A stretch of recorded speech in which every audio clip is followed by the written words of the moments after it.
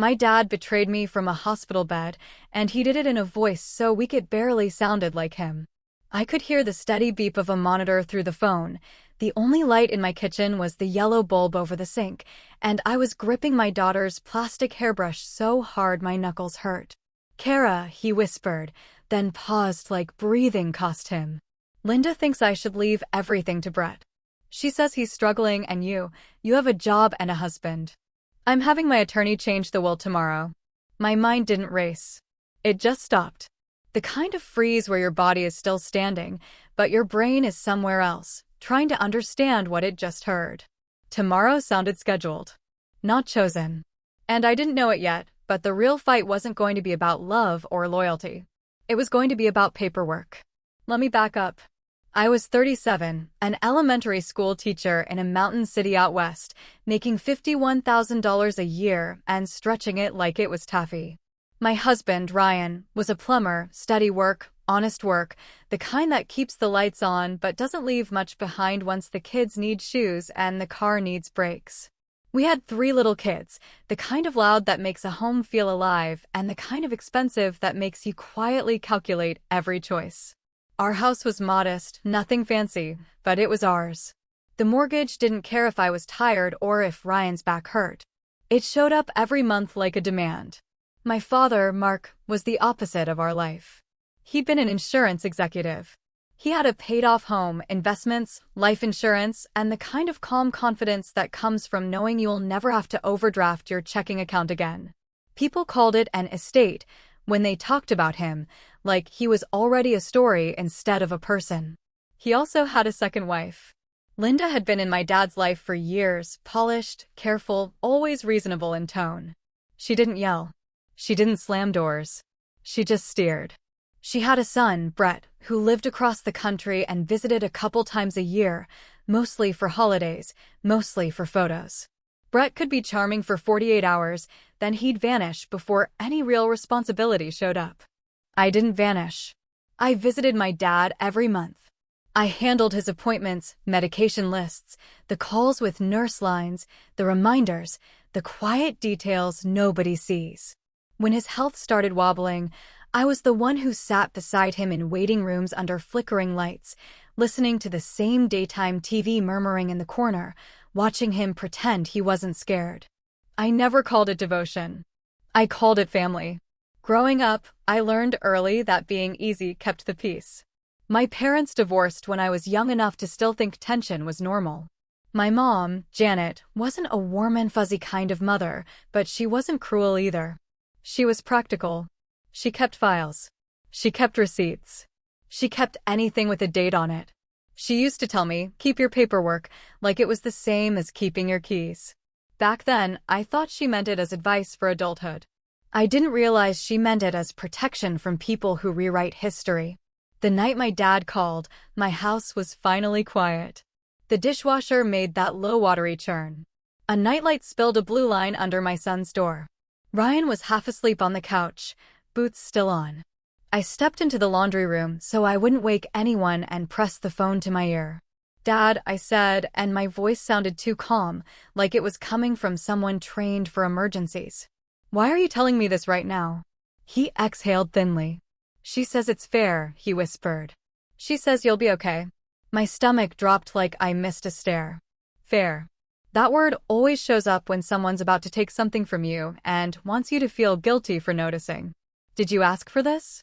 I asked softly. "Or did she decide it for you?" There was a pause. The monitor beep filled it. "She already called the attorney," he admitted. "He's coming tomorrow." Something in me went very still.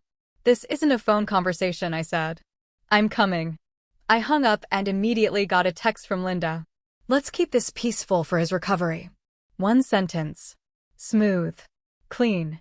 Like a warning wrapped in a ribbon. Peaceful is what people say when they want you quiet. Ryan didn't argue when I told him. He just sat up, rubbed his face, and said, "I'll stay with the kids. You go." I packed fast, jeans, sweatshirt, chargers, hands shaking over the zipper. I grabbed my dad's spare key from our junk drawer, the one he insisted I keep just in case. My car started on the first try, but my body didn't feel like it did. I drove through the night, The road swallowing miles, the radio off, the silence loud. Headlights cut through darkness like narrow tunnels. My coffee tasted burnt. My thoughts kept circling the same question. How do you get written out of a family you've been holding together? By morning, the sky was flat and gray. The hospital lobby smelled like disinfectant and stale pastries. The automatic doors sighed open, and it felt like walking into someone else's life.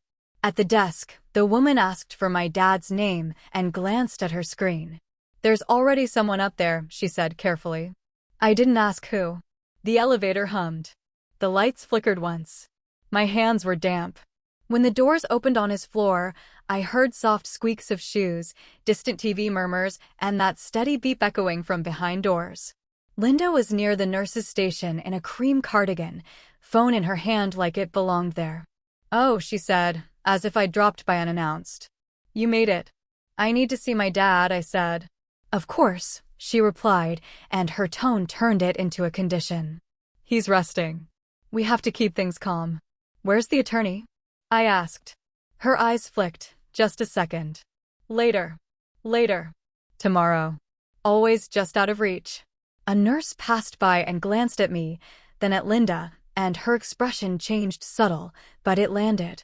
You're his daughter, she asked quietly. Yes. She nodded once. If you need anything, you can ask for the charge nurse. Okay. Linda's smile sharpened. We're fine, she said quickly. We're all family. Family. Sometimes that word is a blanket. Sometimes it's a trap. In my dad's room, the blinds let in thin lines of light across his blanket. He looked smaller than I remembered, skin pale, eyes heavy. The monitor beeped steadily beside him, steady enough to be cruel. Kara, he breathed when he saw me. I took his hand.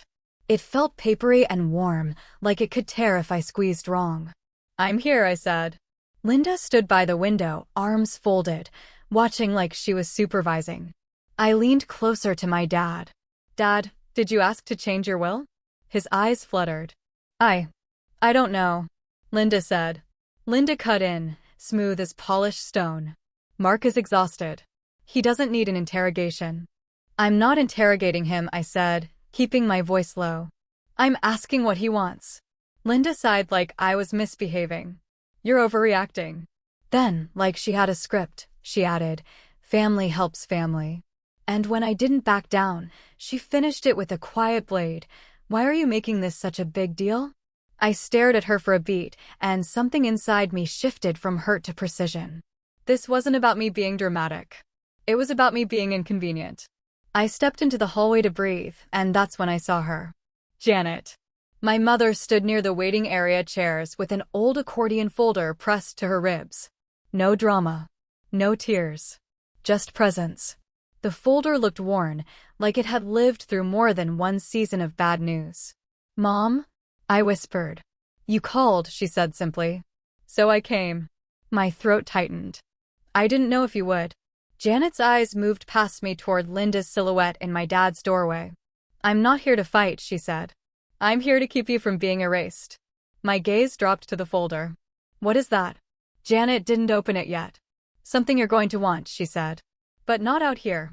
Linda stepped into the hall as if she could sense the air changing. Well, she said brightly, too brightly. This is unexpected.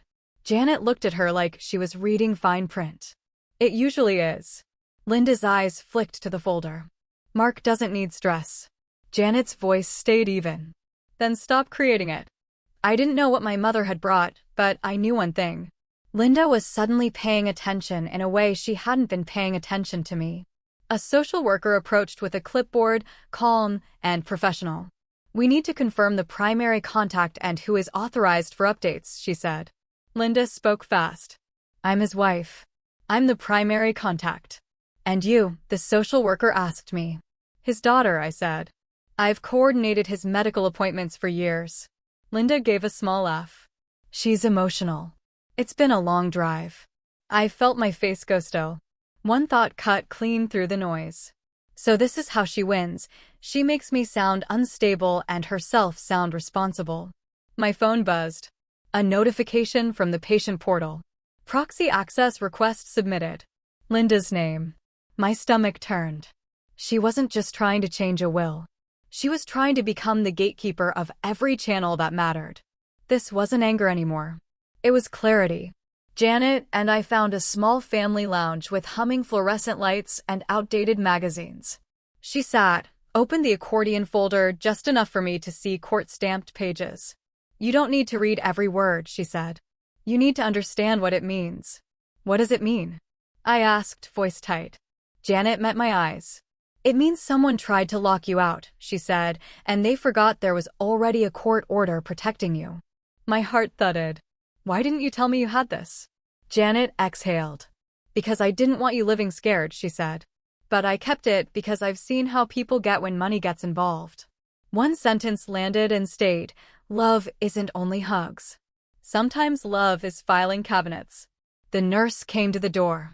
"The attorney is here," she said. "He asked for the wife and the daughter." Of course he did.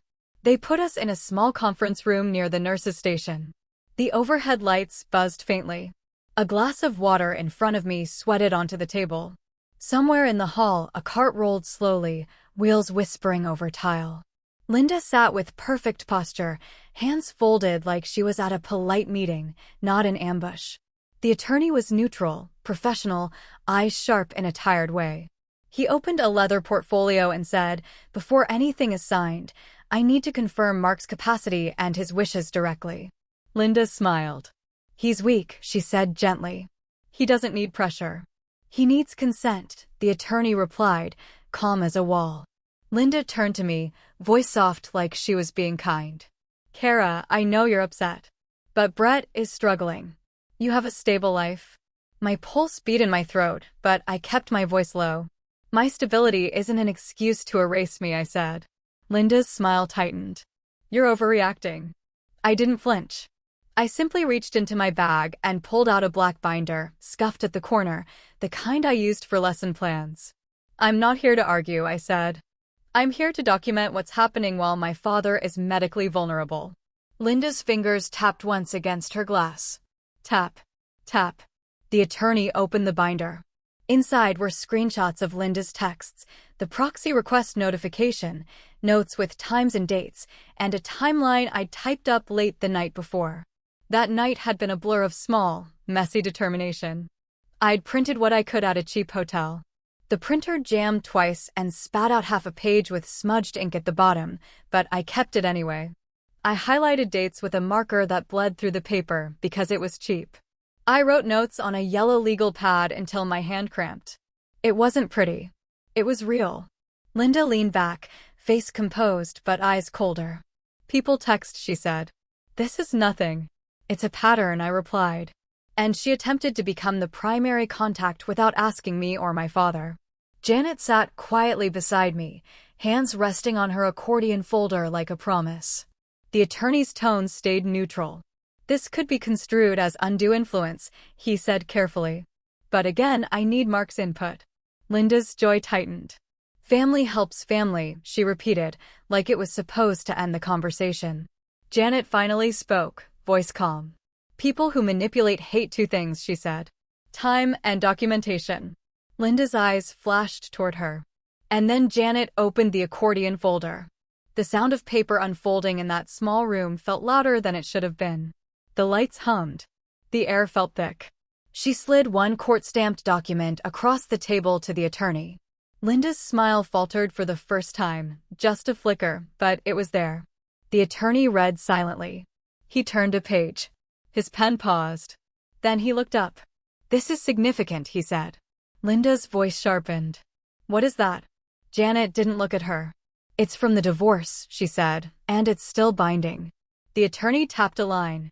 "This clause requires Mark to maintain Kara as the beneficiary on a life insurance policy in the amount of $600,000 until a certain condition ends," he explained. "If this order is valid, it's enforceable. Changing a will wouldn't remove this obligation." Linda's face strained in slow motion, like someone pulled a plug. I sat very still, hands folded, heart pounding so hard I could feel it in my fingertips. So even if she got him to sign something tomorrow, she couldn't take everything. Not the way she planned. The attorney continued, simple and procedural. I can request confirmation from the insurer and document compliance. If someone attempted to change the beneficiary in violation of a court order, that can create disputes and legal consequences later. Linda scoffed, but it came out thin. Kara doesn't need that money. My voice stayed quiet. It's not about need, I said. It's about what was promised. The door opened, and the charge nurse wheeled my dad in slowly. He looked exhausted, but his eyes were clearer than before. The monitor beep followed him like a metronome. Linda leaned toward him immediately. Honey, we're just sorting things out so you don't have to worry. My dad's gaze went to the court seal on the paper. He blinked slowly, like he recognized something old. The insurance, he murmured. Janet's tone was gentle. Yes, she said. You agreed to protect Kara. My dad swallowed. He looked at me, and something in his eyes tightened, guilt, maybe, or grief at how close he came to letting himself be used. Linda started, Mark, you told me. My dad lifted a hand, small but firm. Linda, he said. She froze. I don't want to change my will right now, he said, voice raspy but steady. Not under pressure. Not while I'm recovering. Linda's face hardened. Brett needs help. We can help Brett, my dad said, without punishing Kara. The room went quiet except for the hum of lights and the steady beep that seemed to underline every word. The attorney nodded once. Then we pause, he said. And I'll document that we reviewed this decree, and with your permission, Mark, I'll send a written notice to the insurer confirming the beneficiary requirement. Clean and clear. My dad nodded. Do it. That was the first payoff. The second payoff was smaller, and it mattered just as much. I looked to the charge nurse. I'd like to be listed as the primary contact for updates and scheduling, I said. At least until my dad is fully stable. I'll keep Linda informed. But I need direct access. Linda's eyes flashed. That's unnecessary. The charge nurse looked to my dad. Mark. My dad didn't hesitate. Kara, he said. Put Kara. Linda didn't shout. She didn't explode. She just went quiet in a way that felt colder than anger. And for the first time since that phone call, I felt my lungs fill all the way. After the meeting, Linda tried to corner me in the cafeteria line. The vending machine hummed behind us. A cart rattled past. The smell of burnt coffee hung in the air like an old habit. You got what you wanted, she said softly. You can stop now. I turned to her, calm. I didn't come here to win, I said. I came because my father called me scared. Linda's mouth tightened. You turned everyone against me. No, I replied. Your choices did that. She looked away first. My dad recovered in small steps. He got stronger. He sounded more like himself. And as he got more lucid, he started noticing what I'd been noticing for years, who showed up, who stayed, who vanished when things got real. Brett didn't suddenly become present. If anything, he pulled back when the outcome wasn't guaranteed. My dad noticed. He didn't need to announce it. The silence said enough. Before I flew back home, my dad asked me to sit with him at his kitchen table. Morning light slanted through the curtains. Steam rose from his tea in thin, trembling lines. I'm sorry, he said. I didn't rush to fix his feelings. I let the words sit there. For what? I asked. For letting someone convince me that love is a competition, he said quietly. For letting you carry the hard parts and then treating you like you were optional. My throat tightened. I wasn't keeping score, I said. I know, he replied. That's why it was easy to take you for granted. Linda was in the other room, clinking dishes too loudly, pretending she wasn't listening. My dad looked at me.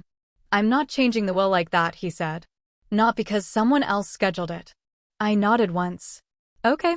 And from now on, he added, you're in the room for anything legal. Anything medical.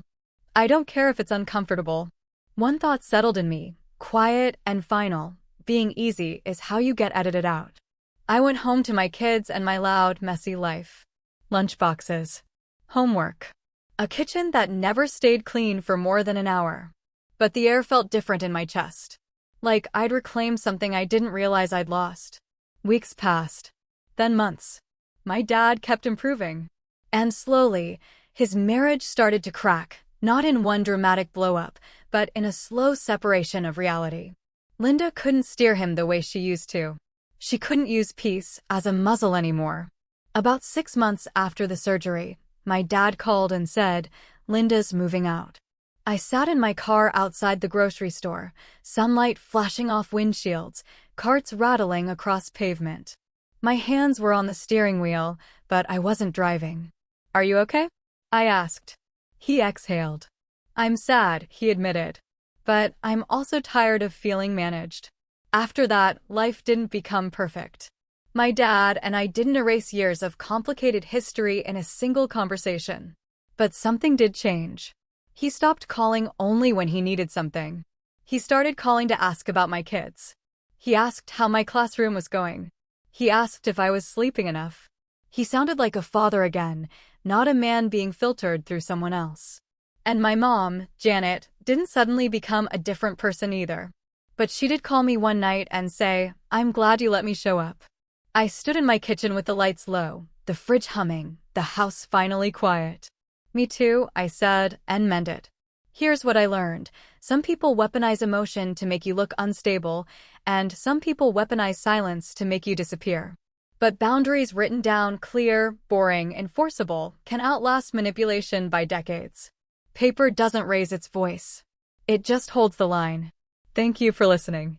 If you want more stories like this, hit subscribe so you don't miss the next.